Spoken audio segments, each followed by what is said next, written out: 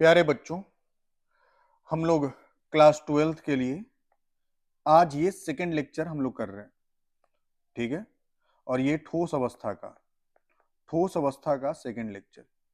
आप अगर first lecture देखना हो जिसमें ठोस अवस्था के गुण और उसके प्रकार यानी कि आपको क्रिस्टलीय ठोस और अक्रिस्टलीय ठोस का अगर देखना हो तो आप प्लेलिस्ट में जाकर के जरूर देख लीजिएगा। लेक्चर 1 वहां पर रिकॉर्डेड है। ये जो पहला टॉपिक है वो रिकॉर्डेड है। हम लोग सेकंड टॉपिक का आज बात करने वाले हैं और वो है क्रिस्टलीय ठोसों का वर्गीकरण। ठीक है ना। जो क्रिस्टलीय ठोस होता है, जो रवेदार ठोस होता है, उन क्रिस्टलीय ठोसों के वर्गीकरण की बात करने वाले हैं। राइटिंग बहुत खूबसूरत आपको नहीं दिखेगा, लेकिन भरोसा मानिए कि आप अगर उस पूरे लेक्चर को देख लेंगे तो बिना किसी इंटरटेनमेंट के आप एक महत्वपूर्ण टॉपिक को कम समय में खत्म कर पाइएगा डिटेल्ड एक्सप्लेनेशन के साथ। तो आइए हम लोग शुरू करें कहानी को। और जैसा कि हम लोग चर्चा कर रहे हैं कि हम लोग बात करने वाले हैं किसका, तो हम लोग बात करने वाले हैं क्रिस्टलीय ठोस के वर्गीकरण का। ठीक है। आप एक बार अगर स्लाइड देखना चाहो तो देखो, मैं आपको स्लाइड दिखा दूं कि इस प्रकार से आपको जितने भी टॉपिक्स हैं, जितने भी प्रकार हैं, सबका ऐसे बना करके और बहुत तरीके से आपको समझाने वाला हूं। तो आप बस बने रहिए और टिके रहिए ताकि आपको सही तरीके से पूरे टॉपिक को एकदम क्लियर तरीके से समझा सके। तो आइए देखिए, सबसे पहले टॉपिक की तरफ बढ़ते हैं। और वर्गीकरण जो है, क्रिस्टलीय ठोस के जब वर्गीकरण की बात कर रहे हैं तो इसका जो आधार है वो आधार क्या रहा है? अंतर आणविक आकर्षण बल। ठीक है। क्रिस्टलीय ठोसों के वर्गीकरण का आधार क्या रहा है? अंतर आणविक आकर्षण बल। अगर आपसे पूछा जाए कि किस आधार पर वर्गीकरण किया गया तो आपका आंसर होना चाहिए अंतर आणविक आकर्षण बल। प्यारे बच्चों, अंतराण्विक आकर्षण बल क्या होता है? तो अंतराण्विक आकर्षण बल का अर्थ होता है कि मान लीजिए कि ए एक गोला है, परमाणु है, बी एक परमाणु है, और ये दोनों मिल करके एक नए पदार्थ का निर्माण कर रहा है और वो नया पदार्थ मान लो ए बी है। तो इस ए बी के निर्माण के दौरान ए का अणु आया होगा, बी का ये गोला आया होगा, दोनों ए के परमाणु बी के परमाणु आए होंगे और आ करके एक दूसरे की तरफ आकर्षित होकर के तब एक दूसरे से जुड़े होंगे। तो इनके बीच में ये जो आकर्षण हुआ, इसी आकर्षण बल को हम लोग क्या कहते हैं? अंतर आणविक आकर्षण बल। यानी किसी भी पदार्थ के अंदर में, मान लो ये एक पदार्थ है, तो इस पदार्थ के अंदर में ये जितने भी गोले हैं, इन सभी गोलों के बीच में जो ये आकर्षण बल लग रहा है, ठीक है, इसके बीच में जो भी आकर्षण बल लग रहा है यहाँ बीच में, इसी आकर्षण बल को हम लोग नाम क्या दे रहे हैं? अंतर आणविक आकर्षण बल। क्लियर है बात? इतना क्लियर हो चुका होगा आपको। किसी भी चीज के बीच में कोई भी पदार्थ आपको दिखा और समझ लीजिए, जैसे मान लीजिए आप एक ईंट बना रहे, तो ईंट में छोटे छोटे धूल कण है, तो इन धूल कणों के बीच में जो आकर्षण बल है वही आकर्षण बल क्या है? अंतर आणविक आकर्षण बल है। अब आइए, अंतर आणविक आकर्षण बल जो जिनके आधार पर वर्गीकरण किया गया है उसके बारे में चर्चा करें। अंतराण्विक आकर्षण जिसके बल पर, जिसके आधार पर हम वर्गीकरण किए वो चार है। वांडरवाल आकर्षण बल, सह संयोजका बंध, आयनिक या कुलोम्ब बल और उसके बाद धातुईय बल। ठीक है। ये चार प्रकार के जो बल हैं, इन्हीं चारों प्रकार के बल पर ही आपका वर्गीकरण किया गया। ठीक है। तो जो यहां पर आप देख रहे हो कि अगर यहां देखा जाए, ठीक है, देखना आप, इसको यहां इरेज करके आपको समझाते हैं। देखिए, अब समझिए कि अब जो हमारे पास है कि वांडरवाल आकर्षण, तो वांडरवाल आकर्षण बल के आधार पर जो वर्गीकरण बना वो हमारा कौन सा है? आणविक ठोस बना है। कौन सा बना है? आणविक ठोस। ठीक है। आयनिक बल के आधार पर जो वर्गीकरण किया गया वो हो गया आयनिक ठोस। धात्विक आबंध के आधार पर जिसका वर्गीकरण किया गया वो हो गया धात्विक ठोस। ठीक है। और जिसका वर्गीकरण सहसंयोजक आबंध पर किया गया वो हो गया सहसंयोजक आबंध। एकदम सिंपल कॉन्सेप्ट है, समझते चलना कि जो बल का, देखो एक ही ये अलग है, सिर्फ ये वाला अकेले अलग है, वांडरवाल बल वाला, जिसमें आणविक ठोस। उसके अलावा बाकी सब देखिए नाम पर ही है कि जिसमें आयनिक बल पाया जा रहा है वो आयनिक ठोस, जिसमें सहसंयोजक आबंध पाया जा रहा है वो सहसंयोजक ठोस, और जिसमें धातुई आबंध पाया जा रहा है वो धातुई ठोस। एकदम सिंपल तरीका है और बेस्ट तरीका है ये समझने का। अब सवाल है कि जो आणविक ठोस है ये क्या हो सकता है?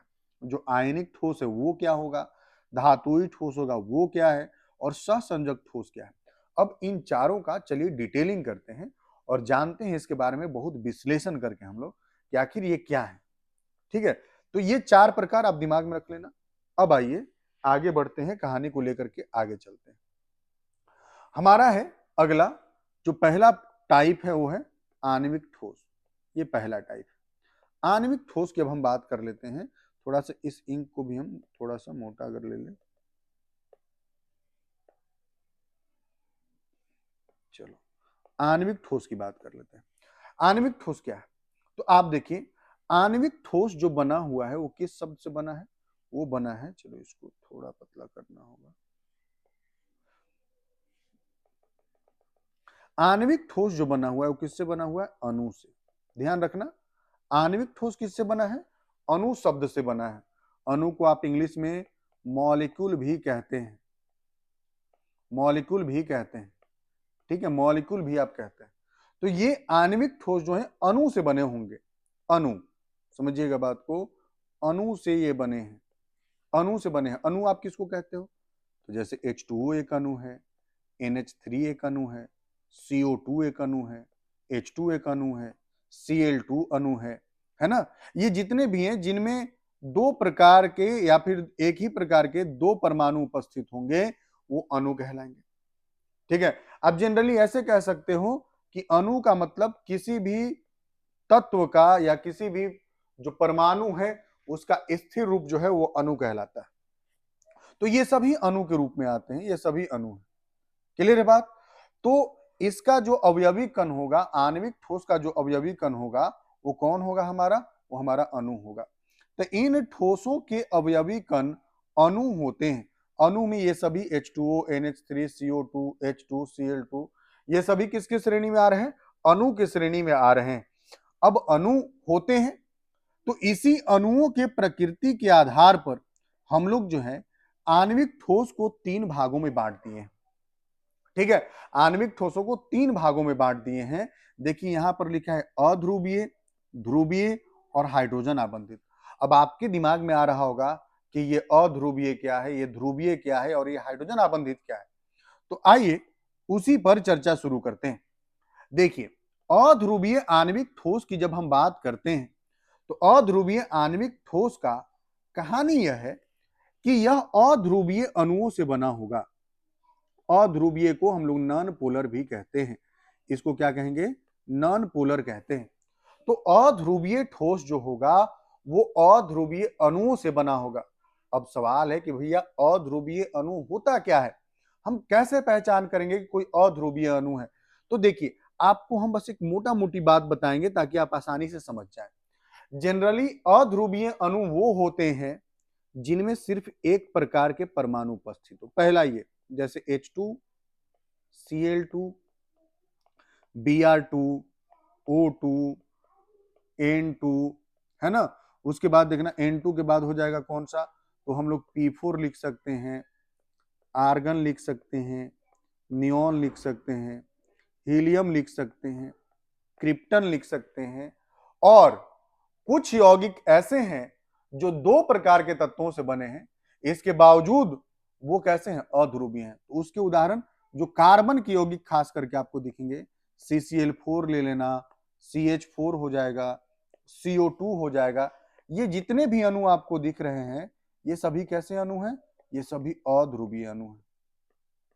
थोड़ा सा आप हर सही दीर्घई देख लोगे, ये हमारा अध्रुवीय अणु है बच्चा। क्लियर है बात। अब आइए अध्रुवीय अणु जब ये है तो इन्हीं अध्रुवीय अणुओं के बीच में जुड़ाव होगा। समझिए कैसे जुड़ाव होता है। देखो इसको ऐसे समझाते हैं। देखो H2 है, इसका एक अणु होगा, एक और H2 है, इसका एक अणु होगा। तो इन H2 के अणु जो हैं आप अगर देखो तो ये इतने छोटे होते हैं कि इनको आप देख नहीं सकते हो। मानकर चलो ऐसा है, ठीक है।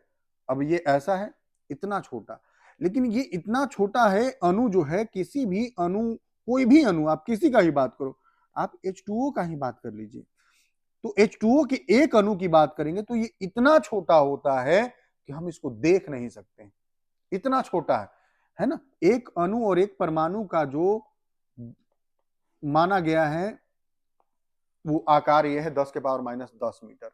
अब सोचिए 10 के पावर 10 मीटर का मतलब कितना है? 0.000। ध्यान समझो, देखो इतना छोटा है एक अणु, उसका ये है, इतना इतना छोटा है, इतना कम उसका आकार है। अब क्या इतना कम आकार के साथ ये संभव है कि इसको हम देख सकें? हम नहीं देख सकते। इनको देखने के लिए हमको सूक्ष्मदर्शी का जरूरत पड़ेगा, सूक्ष्मदर्शी का जरूरत पड़ेगा। ठीक है, सूक्ष्मदर्शी का जरूरत पड़ेगा, तब देख सकते हैं। लेकिन हम अपने अगल बगल, आप ही बताइए कि हम सभी अपने अगल बगल, बताओ जल पीते हैं कि नहीं पीते? लेकिन अगर जल पी रहे हैं, इसका मतलब जल के जितने अणु हैं वो ऐसे आपस में एक दूसरे के अगल बगल जुड़े होंगे, और ऐसे जुड़ जुड़ करके वो एक बड़ा रूप लिए होंगे ऐसे, और इसी बड़े रूप को हम लोग क्या करते हैं? देख पाते हैं।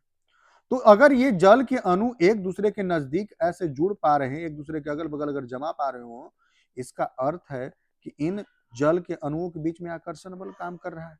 या अगर H2 आप देख पा रहे हो, या आप नमक देख पा रहे हो, या जो भी अणु आप देख पाते हो, उन सभी अणुओं का साइज इतना ही छोटा है, और उन सभी के बीच में कोई ना कोई आकर्षण बल लगता है, और उसी आकर्षण बल के कारण ये हम इसको पकड़ पाते हैं, टच कर पाते हैं, देख पाते हैं। क्लियर हो रही बात? इसी कारण से देख पाते हैं। तो ये जो जुड़ाव है, अब चूंकि यहां बात कर रहे हैं कि कैसे, तो देखिए एक H2 इधर से आया, एक H2 इधर से आया, और इन दोनों के बीच में जो आकर्षण बल काम करेगा, ऐसे जुड़ जुड़ करके बड़ा बड़ा रूप पकड़ेंगे। तो अध्रुवीय अणु की जब हम बात करते हैं, वो अध्रुवीय अणु यही सब है, और इनके बीच में आकर्षण बल काम करता है। तो यहां जो ये आकर्षण बल काम कर रहा है बच्चा लोग, यहां जैसे H2 अणु है, तो यहां जब दो अध्रुवीय अणुओं के बीच में आकर्षण बल काम करता है, तो उस बल को हम लोग लंदन बल कहते हैं। कई बार इसको लंदन बल भी लोग बोल देता है, लंदन बल भी कह देता है, लंदन बल भी कहते हैं, या याद रखिएगा इसको प्रकीर्णन बल भी कहा जाता है। कौन सा बल कहा जाता है? प्रकीर्णन बल भी कहा जाता है। तो दो अध्रुवीय अणुओं के बीच लगने वाला आकर्षण बल जो है वो कौन सा बल है? लंदन बल या प्रकीर्णन बल। और ये बल वांडरवाल बल का ही एक रूप है, जो हम लोग यहाँ चर्चा किए कि वांडरवाल बल है, ये वांडरवाल बल है, ये वांडरवाल बल है। इसी वांडरवाल बल का एक रूप कौन सा है आपका? ये लंदन बल। ये लंदन बल उसी का एक रूप है। तो अध्रुवीय अणुओं के बीच जो लगने वाला आकर्षण बल है वो कौन सा है? लंदन बल है। यही वो लंदन बल। क्लियर है बात? आइए अब यहां पर उसका डिस्कशन देखें। देखिए अवयवी कण इसके कौन हो जाएंगे? तो परमाणु हो जाएंगे, या अध्रुवीय अणु हो जाएंगे। अध्रुवीय अणु यहां लिखा हुआ है, और साथ में आप इंक्लूड कर लेना, CH4 लिख लेना, CO2 लिख लेना, CCl4 लिख लेना, ये सभी अध्रुवीय अणु। और इनके बीच में कौन सा आकर्षण बल काम कर रहा था? तो देखिए लंदन बल काम कर रहा है। अब ये सबसे कमजोर आकर्षण बल है ना? देखिए यहां पर बंधन बल कौन सा काम कर रहा है? दुर्बल परिक्षेपण बल अथवा लंदन बल। क्लियर है बात? अब ये सबसे कमजोर आकर्षण बल है, याद रखना, ये सबसे कमजोर आकर्षण बल, सबसे कमजोर आकर्षण बल। तो जो आकर्षण बल सबसे कमजोर है प्यारे बच्चों, क्या वो अणुओं को मजबूती से बांध पाएंगे? नहीं बांध पाएंगे। और जब नहीं बांध पाएंगे तो इनको आसानी से हम लोग क्या करेंगे? इनको आसानी से उबाल सकेंगे, इनको दबाया जा सकेगा, है ना? तो इनके अंदर सॉफ्टनेस आ जाएगा, और ये ठोस अवस्था में भी नहीं पाए जाएंगे। और इसी कारण से आप ध्यान दीजिए, कार्बन डाइऑक्साइड हमारे अगल बगल किस अवस्था में पाया जाता है? गैस अवस्था में पाया जाता है। CH4 मीथेन गैस है, आर्गन है, गैसीय अवस्था में पाया जाता है, हीलियम है, गैसीय अवस्था में पाया जाता है। तो जो अधिकतम अध्रुवीय आणविक ठोस होते हैं वो किस अवस्था में पाए जाएंगे? गैसीय अवस्था में या द्रव अवस्था में। देखिए यहां पर अंतिम पॉइंट लिखा हुआ है, सामान्य स्थिति, कमरे के ताप पर द्रव या गैस अवस्था में। गलनांक जो है वो क्या रहेगा? निम्न रहेगा। इनकी भौतिक प्रकृति क्या होगी? तो ये मुलायम होंगे और विद्युत के कुचालक होंगे। अब बताइए ना, आप हीलियम और आर्गन से विद्युत धारा प्रवाहित नहीं करा सकते ना, कार्बन डाइऑक्साइड से विद्युत धारा प्रवाहित नहीं कर सकते। तो ये हो गया आपका आणविक ठोस। क्लियर है बात? अध्रुवीय आणविक ठोस। अब चलिए अगले वाले पर चलते हैं। ठीक है, अध्रुवीय आणविक ठोस ये सभी हैं, अगर उदाहरण लिखना हो तो आप लिख सकते हो। अब आइए अगले पर, ध्रुवीय आणविक ठोस। देखिए ध्रुवीय आणविक ठोस उन सभी को कहेंगे जिनमें दो अलग अलग प्रकार के परमाणु उपस्थित दिखे आपको। जनरली, इन जनरल हम कह रहे हैं, आप समझो कैसे पहचानोगे। अध्रुवीय में HCl, HBr, SO2, ठीक है, ये सभी अध्रुवीय हैं। क्योंकि देखिए हाइड्रोजन है, देखिए ध्रुवीय को कैसे पहचानोगे, हम आपको तरीका बताते हैं आसान सा। हाइड्रोजन है और क्लोरीन है। अगर आप 11th में विद्युत ऋणात्मकता पढ़ चुके हैं थोड़ा बहुत भी, तो समझिएगा कि हाइड्रोजन और क्लोरीन आपस में, हाइड्रोजन और क्लोरीन, इधर से हाइड्रोजन आया एक इलेक्ट्रॉन लेकर, इधर से क्लोरीन आया एक इलेक्ट्रॉन लेकर, और दोनों आपस में एक एक इलेक्ट्रॉन साझा करके आबंध किए। लेकिन क्लोरीन ज्यादा पावरफुल है। पावरफुल होने का अर्थ है कि इसकी विद्युत ऋणात्मकता अधिक है, और इसी विद्युत ऋणात्मकता के कारण क्या किया कि क्लोरीन ये जो हाइड्रोजन वाला इलेक्ट्रॉन था इसको भी अपनी ओर खींच करके अपनी ओर रखे हुए हैं। अभी भी जुड़े हुए हैं दोनों, लेकिन ये इलेक्ट्रॉन किसकी तरफ केंद्रित है, क्लोरीन की तरफ। और जब क्लोरीन की तरफ है तो क्लोरीन की तरफ इलेक्ट्रॉन ज्यादा है, हाइड्रोजन की तरफ इलेक्ट्रॉन कम, तो क्लोरीन पर आ जाएगा माइनस और हाइड्रोजन पर आ जाएगा प्लस। क्योंकि क्लोरीन के इलेक्ट्रॉन का लाभ हो रहा है तो उस पर माइनस है और हाइड्रोजन पर प्लस है, यानी इलेक्ट्रॉन का खिंचाव एक छोर पर है, तो एक छोर पर माइनस और एक छोर पर प्लस बन गया। तो ऐसे अणुओं को हम लोग नाम देते हैं ध्रुवीय अणु। ऐसे अणु को नाम क्या दे देंगे, ध्रुवीय अणु नाम दे देंगे। ये ध्रुवीय अणु कहे जाएंगे, ठीक है। तो ध्रुवीय अणु जहां पर होंगे वो ध्रुवीय ठोस। और ध्रुवीय अणुओं के बीच में कौन सा आकर्षण बल काम करेगा भाई, तो आओ देखो उसको भी बता देते हैं, ठीक है, उसको भी समझा दें हम आपको। देखो एक पेज ले लेते हैं, उसको भी समझाते हैं। जैसे देखिए हम आपको बताया कि HCl आया तो एक छोर पर माइनस और एक छोर पर प्लस। अब दूसरा HCl जो आएगा बच्चा, दूसरा HCl जो आएगा उसमें भी एक छोर पर माइनस और एक छोर पर क्या होगा, प्लस। तो जब दोनों HCl का अणु एक दूसरे के नजदीक आएंगे तो ऐसे कंडीशन में इसका माइनस और इसका प्लस एक दूसरे को क्या करेंगे, आकर्षित करेंगे, आकर्षित करेंगे, ये आकर्षण होगा। तो ये जो आकर्षण काम किया, इस आकर्षण बल को नाम दिया जाता है द्विध्रुव, द्विध्रुव आकर्षण बल। इस आकर्षण बल को हम लोग नाम क्या देंगे, द्विध्रुव, द्विध्रुव आकर्षण बल। क्लियर है बात ना।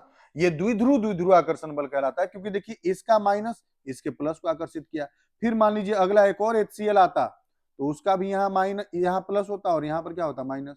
तो इसका वाला माइनस इसके वाले प्लस को अपनी ओर आकर्षित करेगा तो यहाँ पर आकर्षण बन जाएगा। तो ये द्विध्रुव, द्विध्रुव आकर्षण बल होगा, ठीक है। इसी को द्विध्रुव, द्विध्रुव आकर्षण बल कहते हैं, ठीक है। कहानी क्लियर हो रहा है।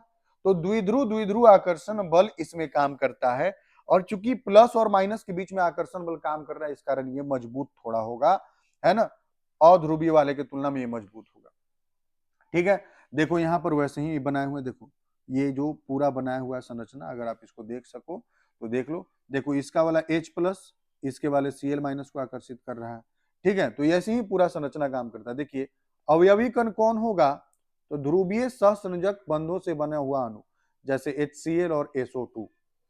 बंधन बल कौन सा होगा, तो द्विध्रुव, द्विध्रुव आकर्षण बल होगा, ठीक है। कौन सा आकर्षण बल होगा, द्विध्रुव, द्विध्रुव आकर्षण बल पाया जाएगा।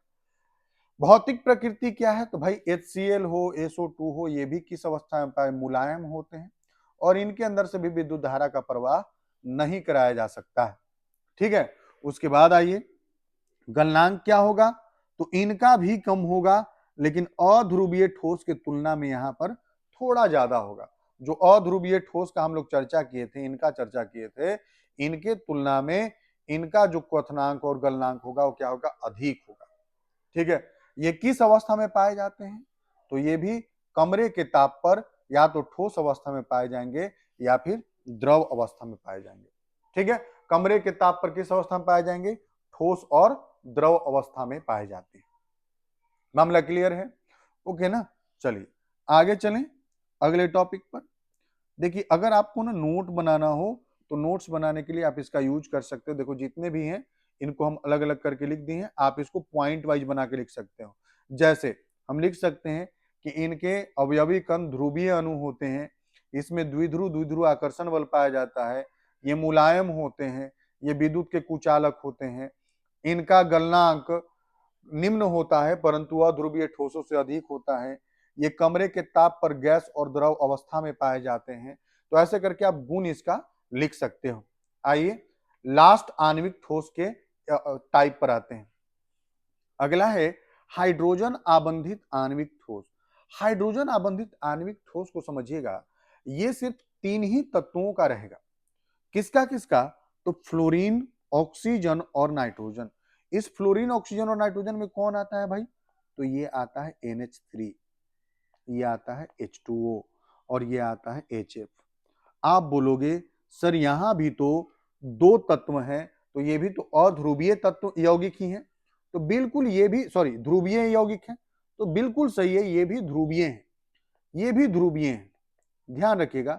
लेकिन ये थोड़े स्पेशल हो जाते हैं, क्योंकि फ्लोरीन, ऑक्सीजन और नाइट्रोजन का विद्युत ऋणात्मकता अधिक होने के साथ साथ इनके परमाणु का आकार भी छोटा होता है। इस कारण से इनमें इलेक्ट्रॉनों को खींचने की क्षमता अधिक होती है, जिस कारण से यहां पर जो प्लस और माइनस बन रहा था, हम आपको अध्रुवीय वाले में बताए थे कि जैसे N पर माइनस बनेगा तो हाइड्रोजन पर क्या बन जाएगा? प्लस, क्योंकि नाइट्रोजन ज्यादा पावरफुल है। तो इधर जो NH3 आएगा, इधर जो NH3 आएगा, तो नाइट्रोजन के पास इलेक्ट्रॉनों को खींचने की क्षमता बाकियों की तुलना में अधिक है, यानी ऑक्सीजन, फ्लोरीन को छोड़कर बाकी क्लोरीन है, ब्रोमीन है, इन सब की तुलना में अधिक है। इस कारण से यहां पर जो है जो आकर्षण बल बनेगा वो हमारा द्विध्रुव आकर्षण बल ही है, लेकिन उससे ये थोड़ा सा ज्यादा मजबूत हो जाता है और वो सिर्फ इन 3 केसेस में होता है, यानी नाइट्रोजन, ऑक्सीजन और फ्लोरीन, जिसको आप FON कहते हैं, इन 3 स्थितियों में अधिक हो जाता है। इसी कारण से हम लोग इसको क्या कहते हैं, एक अलग नाम दे देते हैं और नाम देते हैं हाइड्रोजन आबंध, क्योंकि ये सिर्फ इन तीनों के लिए लागू है, फोन, फ्लोरीन, ऑक्सीजन और नाइट्रोजन, जिसमें यह आकर्षण बल किसमें काम करेगा? तो एक तरफ से इन तीनों में से कोई तत्व होगा और एक तरफ से कौन होगा? हाइड्रोजन, तो ही H आबंध माना जाएगा, और नहीं तो ये द्विध्रुव आकर्षण बल माना जाएगा। क्लियर है बात ना? तो ये आकर्षण बल थोड़ा ज्यादा मजबूत होता है, इसी कारण से इसको हम लोग अलग श्रेणी में रख देते हैं। और आप मानकर चलो कि यहाँ पर कौन कौन उदाहरण हो जाएगा, तो HF हो जाएगा और NH3 हो जाएगा। इन तीनों में ये वाला आपका, ये इसका जो उदाहरण है वो यही 3 के लिए डिजाइन किया गया है, इतना दिमाग में रखिएगा। और आइए, इसमें कौन सा आकर्षण बल पाया जाता है? तो इसमें हाइड्रोजन आबंध पाया जाता है। इसका भौतिक प्रकृति क्या है? तो ये वाष्पशील द्रव होते हैं। जल, कमरे के ताप पर जल जो है क्या है? द्रव अवस्था में पाया जा रहा।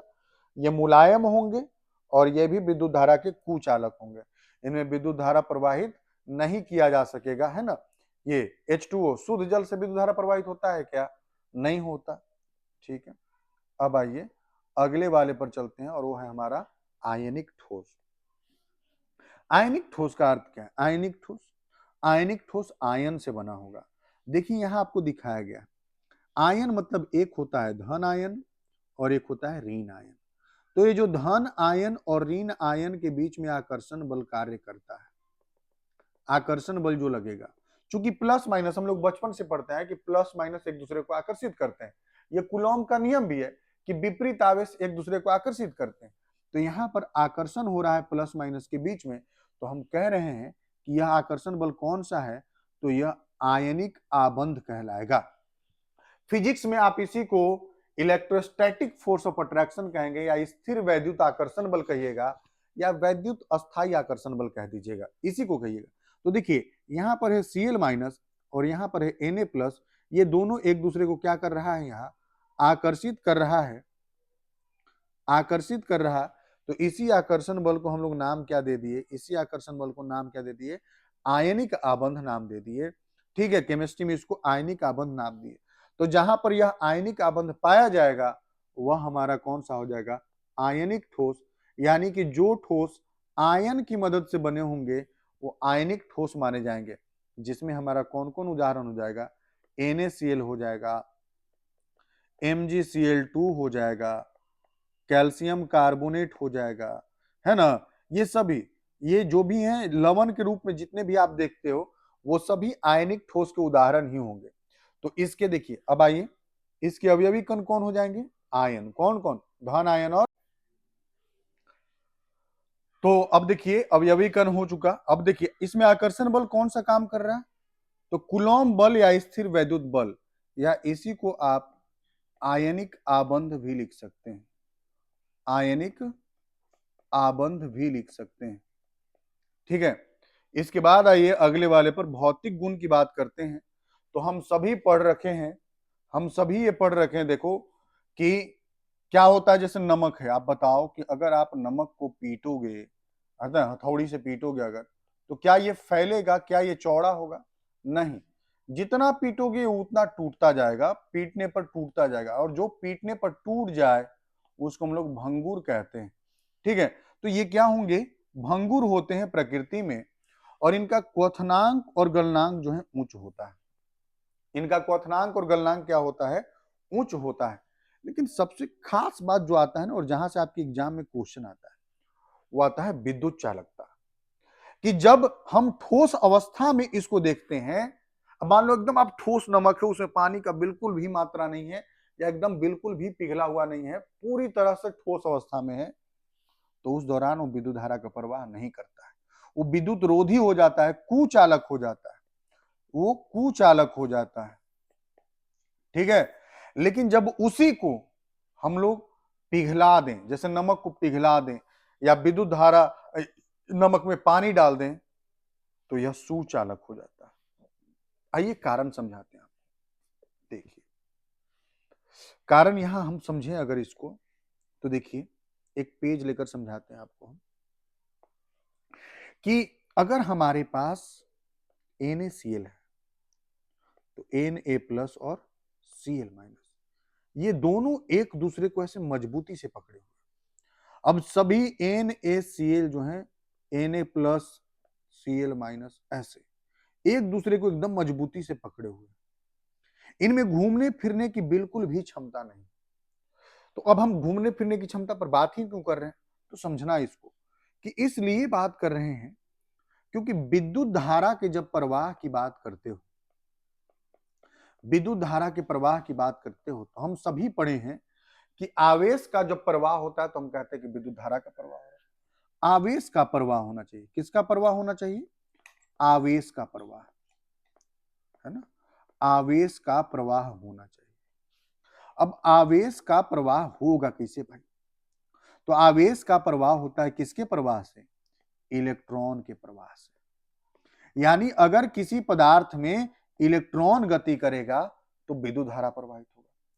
तो चूंकि ये धन आयन और ऋण आयन है, तो सोडियम से इलेक्ट्रॉन निकला और क्लोरीन में चला गया, तो इलेक्ट्रॉन तो स्वतंत्र अवस्था में फिलहाल अपने पास है नहीं जो गति करेगा। लेकिन जब हम इस नमक को, सोडियम क्लोराइड को पिघला देंगे, तो Na+ अलग हो जाएगा और Cl- अलग हो जाएगा।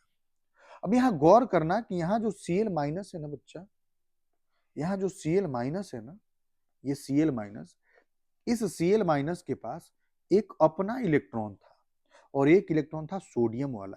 ये जो सोडियम पर आप प्लस देख रहे हो ना, ये सोडियम पर प्लस क्यों आया? क्योंकि ये अपना एक इलेक्ट्रॉन किसको दे दिया? सोडियम, क्लोरीन को।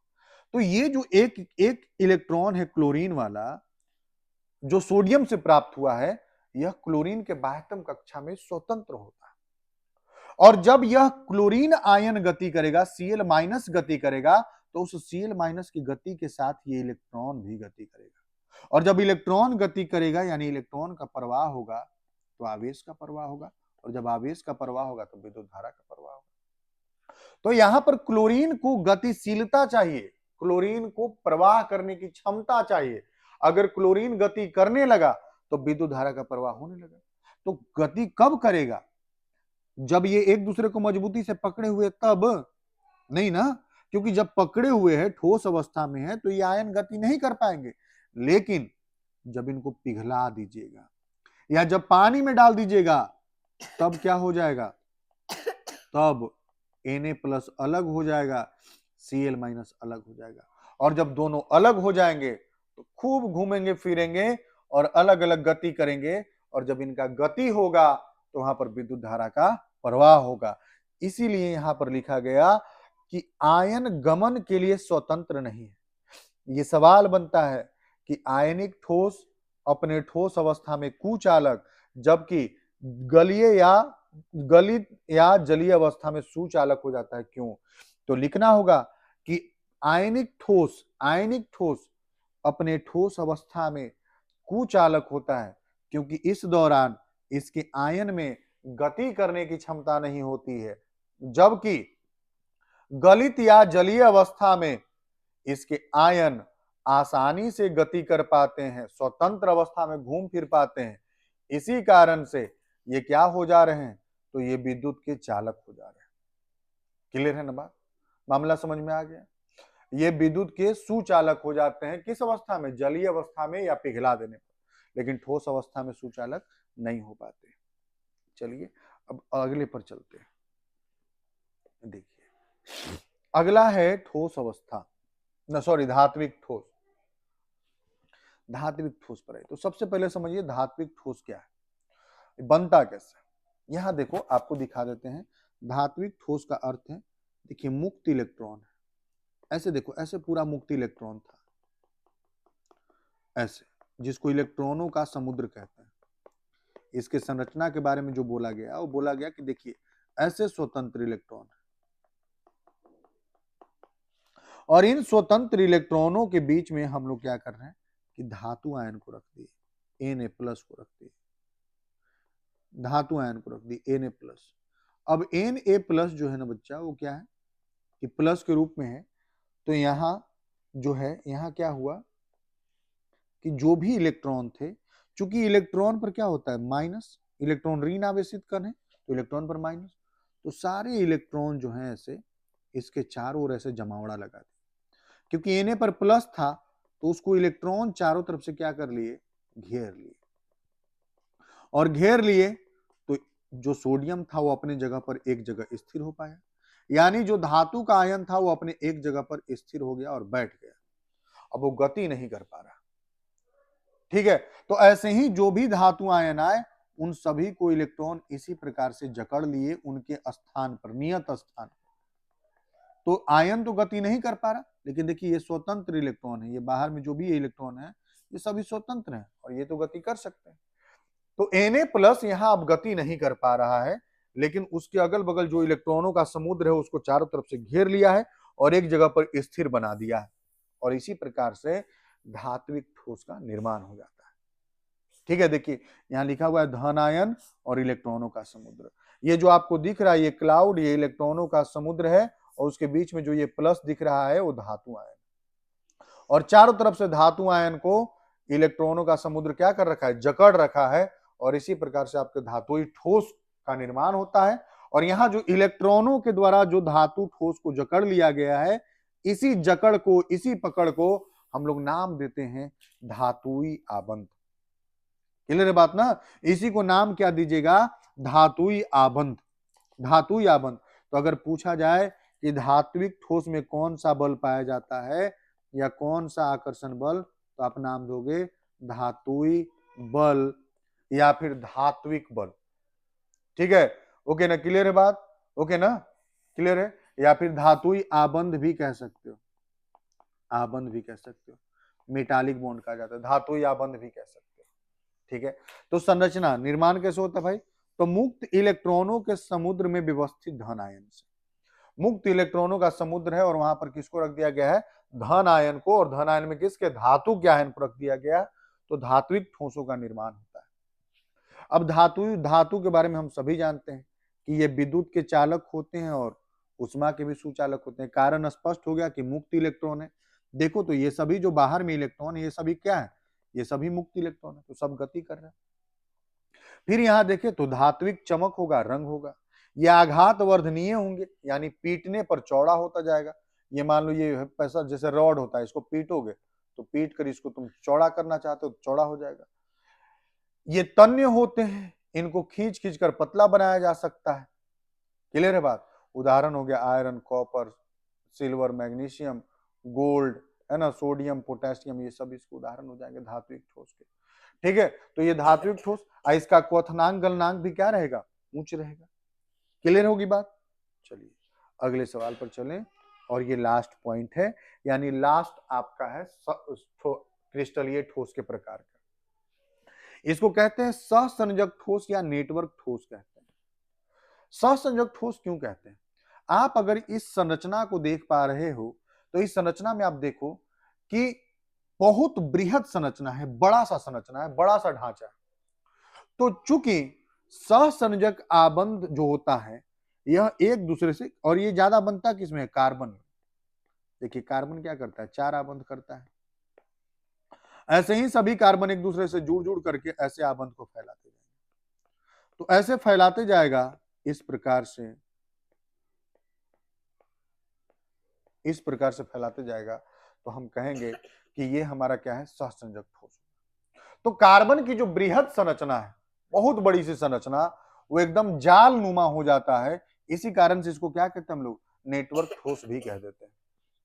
इस कारण इसको नेटवर्क ठोस भी कह देते हैं, या इन्हीं को हम लोग विशाल अणु भी कहते हैं, क्योंकि बहुत बड़ी संरचना का निर्माण करते हैं। ये इसके अवयवी कण कौन होंगे? तो अधात्विक ठोस, जिसमें कार्बन होगा और सिलिकॉन होगा। ठीक है। आबंधन बल कौन सा होगा? तो प्रबल और दिशात्मक सहसंयोजक आबंध। इसमें कौन सा आकर्षण बल काम कर रहा है? तो सहसंयोजक आबंध काम कर रहा है। इनके गुण की बात करेंगे तो अति कठोर और भंगुर हो जाएगा। देखो अगर इसका सिंपल सा उदाहरण लेना चाहते हो ना, तो इसका सिंपल सा उदाहरण कौन हो जाएगा? हीरा हो जाएगा, ग्रेफाइट हो जाएगा,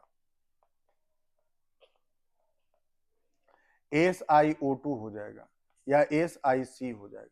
ये सभी इसके उदाहरण है। क्लियर है बात ना? तो ये क्या होंगे? ये बहुत ही कठोर होंगे। इनका क्वथनांक गलनांक, आप सोचो ना, हीरा का गलनांक कितना ज्यादा होता है कि नहीं? तो इनका गलनांक भी क्या होगा? ऊंच होगा। और ये विद्युत के कुचालक होंगे। अपवाद में ग्रेफाइट होगा। ग्रेफाइट से विद्युत धारा का प्रवाह होता है। क्यों होता है? आइए उसको समझते हैं। और हीरा से विद्युत धारा का प्रवाह नहीं होता, उसको समझ लीजिए। जब हीरा की हम बात करते हैं तो हीरा में हर कार्बन परमाणु, देखिए एक कार्बन के बाह्यतम कक्षा में 4 इलेक्ट्रॉन होता है, और ये चारों के साथ आबंध कर लेता है। तो यहां पर कार्बन के पास देखो, एक आबंध ऊपर, एक इधर, एक नीचे, एक इधर। हर कार्बन 4 आबंध बनाने के कारण हीरा के कार्बन परमाणुओं के पास स्वतंत्र इलेक्ट्रॉन नहीं है, और जब स्वतंत्र इलेक्ट्रॉन नहीं है तो विद्युत धारा का प्रवाह नहीं हो पाएगा, है ना? तो ये क्या बन जाएगा? ये बन जाएगा कुचालक। क्या बन जाएगा? कुचालक। क्या हो जाएगा? चारों तरफ से बंधा हुआ है तो ये कठोर भी बनेगा। ठीक है। तो हीरा के बारे में पढ़ लीजिए क्या क्या है। कार्बन परमाणु के एक त्रिविमीय नेटवर्क में प्रत्येक कार्बन परमाणु अन्य 4 कार्बन परमाणुओं से जुड़ा होता है, जिसको चतुष्फलकीय संरचना भी कह सकते हैं। ये जो हम संरचना बना रहे हैं, कौन सा संरचना है? चतुष्फलकीय।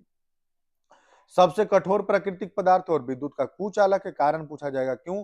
तो कारण देना है कि इसके सभी इलेक्ट्रॉन, कार्बन के बाह्यतम कक्षा में सभी इलेक्ट्रॉन जो है एक दूसरे से आबंधित हैं, यानी स्वतंत्र इलेक्ट्रॉन नहीं होने के कारण यह विद्युत धारा का कुचालक होता है। लेकिन वहीं पर अगर हम देखें तो ग्रेफाइट के मामले में हर ग्रेफाइट में हर कार्बन परमाणु 3 ही आबंध बना रहा है। आप किसी को भी देख लो, देखो यहाँ पर ये कार्बन परमाणु, 1 आबंध, 2 आबंध, 3 आबंध, यानी एक कार्बन के पास जो 4 इलेक्ट्रॉन है, इन चारों में से सिर्फ 3 के साथ आबंध करेगा, और इसका चौथा इलेक्ट्रॉन जो है स्वतंत्र रहेगा। अब बताइए, जब इलेक्ट्रॉन स्वतंत्र रहेगा तो गति करेगा, और गति करेगा तो विद्युत धारा का प्रवाह होगा। क्लियर है बात ना? और एक तरफ से आबंध नहीं बन रहा तो एक तरफ से तो थोड़ा मुलायमपन भी आ जाएगा भाई, क्योंकि खाली जगह बच गया ना यहाँ, तो मुलायमपन भी आ जाएगा। इसी कारण से ग्रेफाइट मुलायम भी हो जाता है। तो यहाँ पर है कि कार्बन परमाणु परत में व्यवस्थित है। प्रत्येक परमाणु केवल 3 अन्य परमाणुओं से जुड़ा है। षटकोणीय वलय बनता है इसका।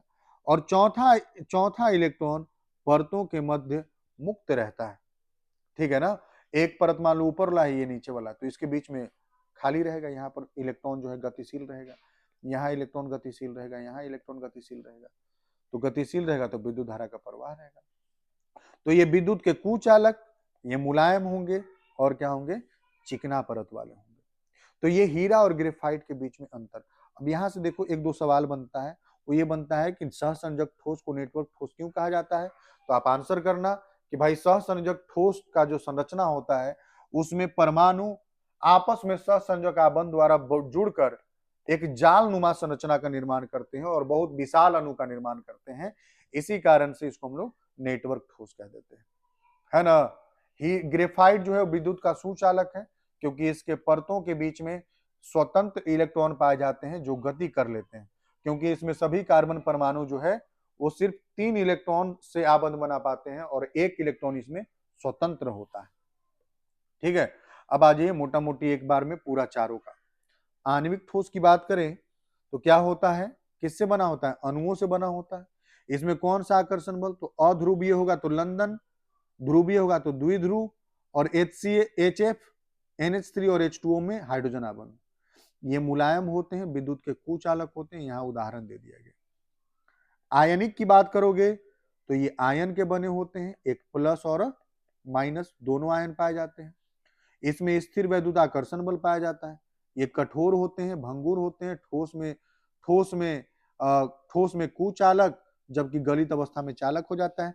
उदाहरण है NS